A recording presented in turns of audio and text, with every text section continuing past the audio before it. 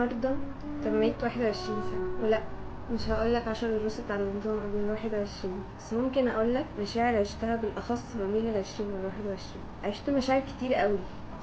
خفت، كنت بجري في سباق ملوش خط نهاية، كنت بخاف من رأي الناس فيا وهيقولوا ايه، وبسبب وقفت كونتنت كذا مرة، او حتى خفت مظهرش بصورة مثالية. عشت ايام كتيرة قوي مع القلق، قرارات مش بتنتهي، خوف من الهجر، وحدة، توهان، وشك في كل القرارات والاختيارات، محاولة مستميتة عشان ارضي توقعات الناس عني، بس في الحقيقة الناس عمرها ما بترضى. وكنت سايبة كل ده وماسكة في تظبيط روتين، مروحة جيم، وضغط اكتر، وذاكرة اكتر، اسحب نفسي اكتر، لحد ما بيجيلي برين اوت، واروح بادئة من تاني، وقع، واضطر غصب عني اسيب كل حاجة تعبت فيها، وكل الروتين ده ينهار، فاضطر اروح بادئة تاني. دايرة مش بتخلص، حلقة مفرغة اساسها اني كنت بهرب من كل المشاعر اللي فوق دي، بهرب اني اواجه اللي جوايا، وطلعت بصورة مثالية لدرجة اني اتعاملت مع نفسي انها آلة. حتى المكافآت كانت بالنسبة لي تاسك، اكننا بنشحن جهاز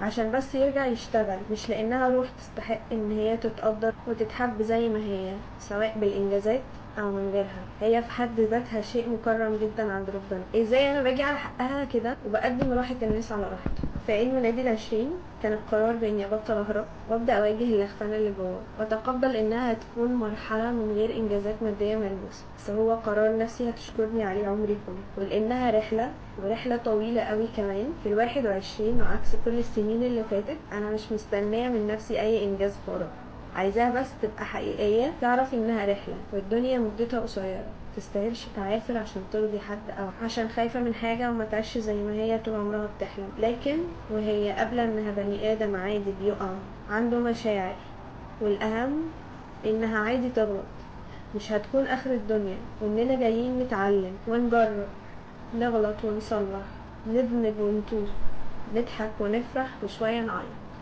ونصبر على الابتلاء. الدنيا في حد ذاتها مش اساس ثابت، فازاي بنطالب نفسنا بروتين ما يفرش المية، انجازات لا متناهية، ونتعامل مع نفسنا انها ملهاش حق انها يحصل لها دروب وتقع، وبنجلدها على انها تعبت، واحنا اساسا اللي وصلناها للتعب ده، عشان قررنا نتعلم عن كل حاجة في الدنيا الا عن نفسنا.